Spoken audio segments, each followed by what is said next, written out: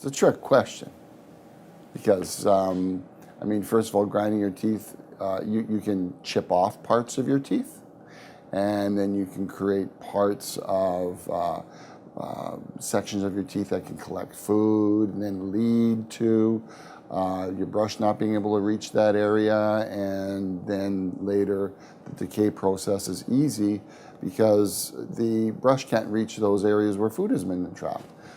Grinding your teeth also can, in a sense, take down the enamel, which then exposes the dentin, which doesn't look very good anyways, because then, you know, people don't want yellow teeth, they like white teeth. And what's underneath the nice white pristine enamel is your dentin, and the dentin is yellow. And once you get into the dentin, and if you're grinding and you haven't had it identified, you can do what's called facetting, and which in a sense creates a dishing effect.